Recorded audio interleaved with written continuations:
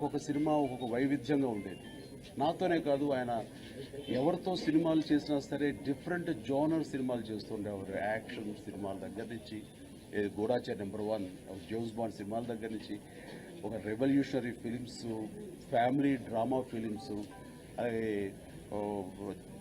ఒక graphics films, అలాగే దేవునికి సంబంధించినటువంటి దైవానికి సంబంధించిన సినిమాలు, ఇట్లా ఒకటా రెండా రకరకాల సినిమాలతోటి చేసి వావ్ అనిపించి, దాసరి నారాయణరావు గారి తర్వాత అంతటి అరుదైన రికార్డు అన్ని సినిమాలు డైరెక్ట్ చేసే మళ్ళీ అంతటి గొప్ప ఘనత ఎవరికి ఉంటుంది అని అనుకుంటే, ఆయనకి దరిదాపుల్లో నేను ఉన్నాను అంటూ రామకృష్ణ గారు 125 సినిమాలు పైబడి చేసి, వెరైటీ సినిమాలు చేసి ఆయన తన సత్తాను చాటుకుని దాసరి గారు గర్వించే శిష్యుల్లో ఒకరిగా ఉండడం అన్నది అదొక గొప్ప కథ. ఆయనకి ఎప్పుడు పని పని పని.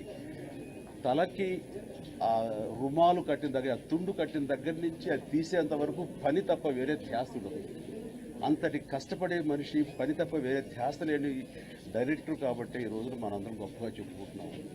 అండ్ నేను హిందీలో డెబ్యూ ఫిల్మ్ చేయాలి, హిందీలో ప్రవేశించాలి అని అనుకున్నప్పుడు నాకు ఏదో సినిమా తెలుగు నుంచి రీమేక్ చేస్తే బాగుంటుంది హిందీలో అని అనుకున్నాను. అలాంటి సమయంలో నాకు తోచిన సినిమా కోడి రామకృష్ణ గారి దర్శకత్వంలో వచ్చినటువంటి అంకుశం నాకు చాలా ఇష్టమైన cinema. Very powerful story and చాలా ఇంట్రెస్టింగ్ కథనంతో కాంటెంపరీ ఫిలిం అది.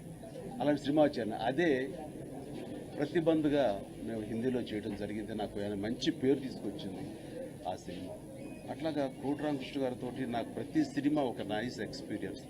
అలాగే ఆయన పర్సనల్గా కూడా నాతో షేర్ చేసుకునేవారు. ఆయన ఫస్ట్ ఇక పెళ్లి కాని యువకుడుగా ఉన్నప్పుడు ఆయన ఫస్ట్ లవ్ స్టోరీ ఎలాగా అంటూ మీ సలహాలు కావాలి, మీ సంప్రదింపులు కావాలి, మీ సపోర్ట్ కావాలంటూ తన లవ్ స్టోరీ నాకు చెప్పేవాడు. పద్మ గారిని లవ్ చేస్తున్నప్పుడు ఆలయ శిఖరం. సో తిరుపతిలో ఆ రకంగా పర్సనల్గా తనకున్నటువంటి భావాలు కూడా నాతో ఆయన షేర్ చేసుకుని అంత ఓన్గా నన్ను హృదయానికి దగ్గరగా తీసుకున్న వ్యక్తి కోడి రామకృష్ణ గారు. అండ్ కోడి రామకృష్ణ గారు ఎక్కడ ఏ ఫంక్షన్లు ఈ మధ్యకాలం చూసినా సరే తన కొంచెం నడకది సరిగ్గా లేకుండా ఉన్న పరిస్థితిలో కూడాను ఆ మనోధైర్యం కానీ, ఆ కాన్ఫిడెన్స్ కానీ ఏమీ సడలేదు. ఎప్పుడు ఆయన ఉండే ఊతపదం సంపేదం గురువు గారు అని ఆ మాట అన్నప్పుడు అలా చాలా బాధ అనిపిస్తుంది. అండ్ ఇంతటి ఆత్మీయులు, నాకు మనసుకు అతి దగ్గరైన వ్యక్తి కోడి రామకృష్ణ ఇక మనకి లేరు అనే వాస్తవాన్ని జీర్ణించుకుంటూ ఆయన ఆత్మకు శాంతి చేకూరాలని ఆ భగవంతుని ప్రార్థిస్తూ ఆయన కుటుంబ సభ్యులకు నా ప్రగాఢ సానుభూతిని తెలియజేస్తున్నాను.